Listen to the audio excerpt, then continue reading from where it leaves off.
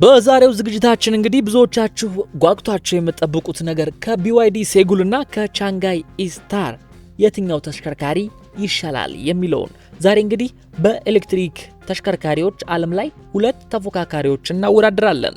ዛሬ ከዜሮ ጀምረን ስለነዚህ ድንቅ መኪኖች ሁሉንም ነገር እንፈትሻለን፣ እናያለን። መጥፎ ጎኖቹንም ይሁን ጥሩ ጎናቸውን ሳንደብቅ በግልጽ እናወራለን።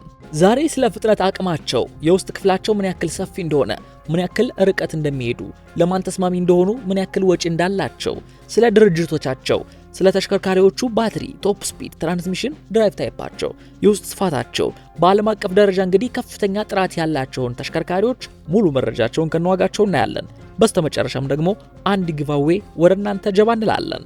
ሰላም ጤና ይስጥልን የተከበራችሁ ተመልካቾቻችን እንዴት ናችሁ?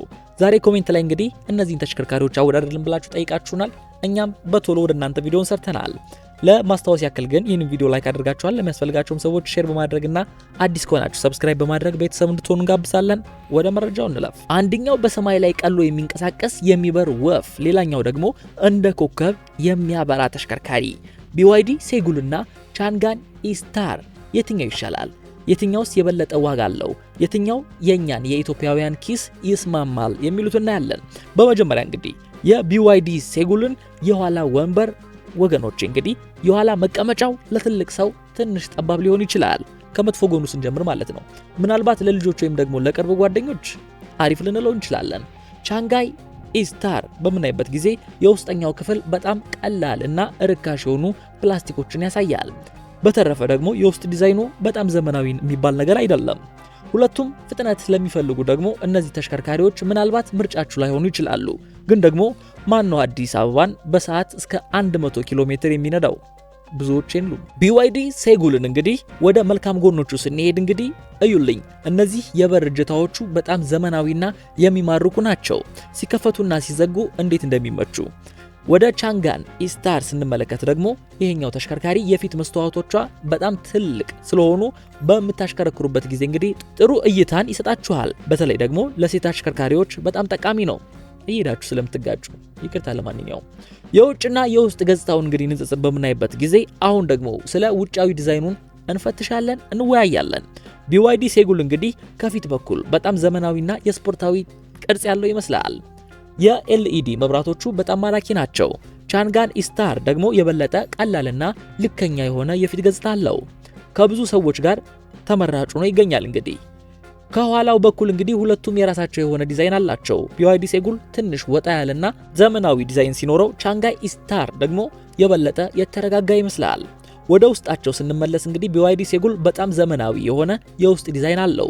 ይህም ደግሞ ትልቅ ንክኪ ስክሪን፣ ተች ስክሪን አለው። ሁሉም ነገር ይቆጣጠራል ማለት ነው።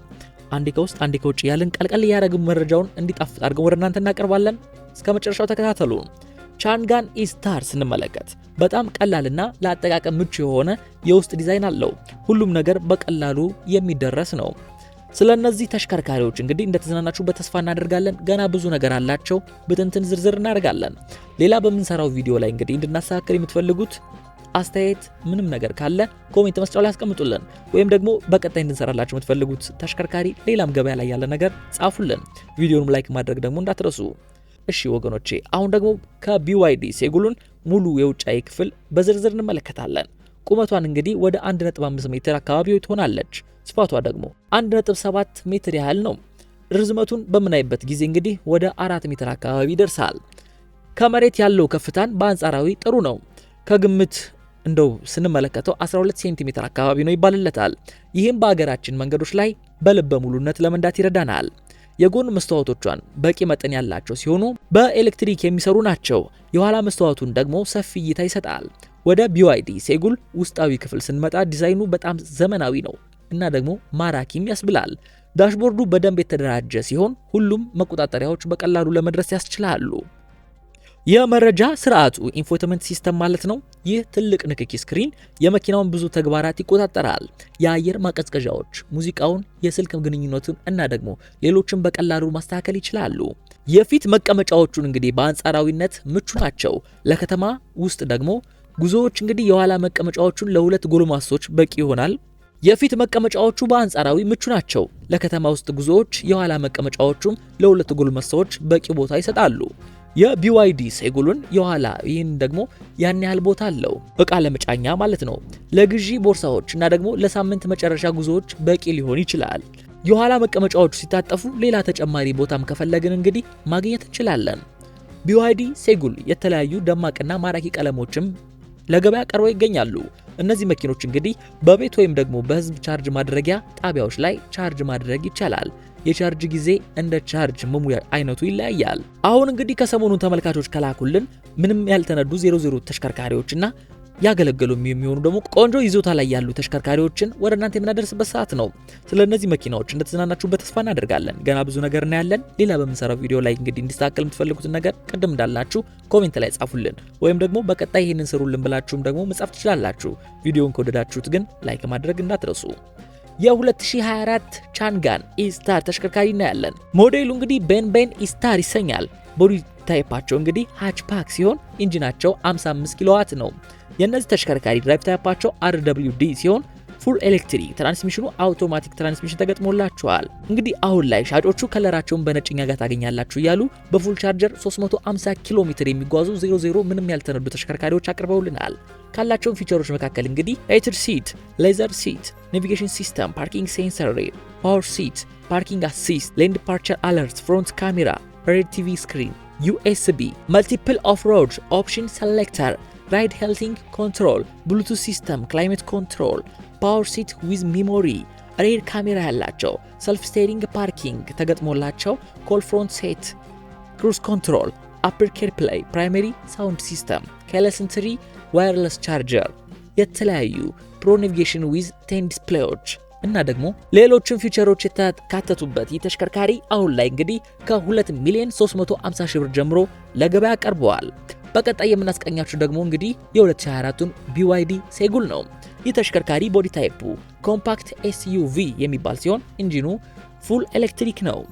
የዚህ ተሽከርካሪ እንግዲህ ሬንጁን በምናይበት ጊዜ 405 ኪሎ ሜትር ሲሆን ትራንስሚሽኑ አውቶማቲክ ትራንስሚሽን ነው።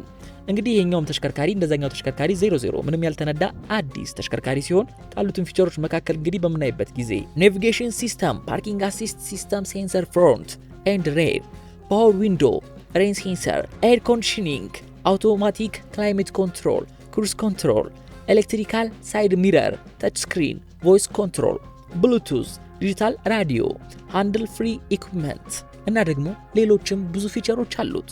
እንግዲህ አሁን ላይ የተሸጠበት ያለው ዋጋ በምናይበት ጊዜ ከ2,900,000 ብር ጀምሮ ለገበያ ቀርቦ ይገኛል። ለሁለቱም መኪኖች እንግዲህ ሻጮችን ለማግኘት በ0965 36 43 21 ላይ ደውላችሁ ማግኘት ትችላላችሁ። እንደነገርናችሁ እንግዲህ ሻጮችን ወደ እናንተ የምናምጣላችሁ ቴሌግራም ላይ በሚልኩልን እናንተም በምትልኩልን ውስጥ በማማረጥ አሪፍ ዋጋና አሪፍ ይዞታ ያላቸውን ተሽከርካሪዎች ወደ እናንተ እናደርሳለን። ስለነዚህ መኪኖች እንድትዝናናችሁበት ተስፋ እናደርጋለን። ቅድም እንዳልናችሁ ቪዲዮውን እንድናስተካክል ከፈለጋችሁ ኮሜንት ላይ እንደዚህ ብላችሁ ጻፉልን፣ እኛም እናነበዋለን፣ እናስተካክላለን። ከወደዳችሁትም ደግሞ ላይክ ማድረግ እንዳይረሳ። በመጨረሻም ደግሞ አንድ ጊቫዌ አለን ብለን ነበረ ቅድም። እሱም ከሰሞኑን ለኛ ቤተሰቦች ለሆናችሁ ጠቃሚ የሆነ ከሌላ አላስፈላጊ ወጪ የሚገላገላችሁ ነገር ይዘን እንቀርባለን። ለመኪና፣ ለቤት፣ ለሻጮችና ለገዢዎች የሚሆን አሪፍ ወጪ ቆጣቢ የሆነ ሲስተም እየዘረጋን ነው። በቅርቡ እየተዘጋጃችሁ እንድጠብቁን ለማለት ያክል ነው። ሲደርስ እናበስራችኋለን፣ ትደሰቱበታላችሁ። ለዛሬ እዚህ ላይ ይበቃናል። እስከ ዝግጅታችን ፍጻሜ አብራችሁን ስለነበራችሁ ከልብ እያመሰገንን በቀጣይ እንድሰራላችሁ የምትፈልጉት ማንኛውንም ገበያ ላይ ያለ ነገር ወይም ደግሞ እኛ ማስተካከል ያለብን ነገር ካለ ኮሜንት ላይ ጻፉልን።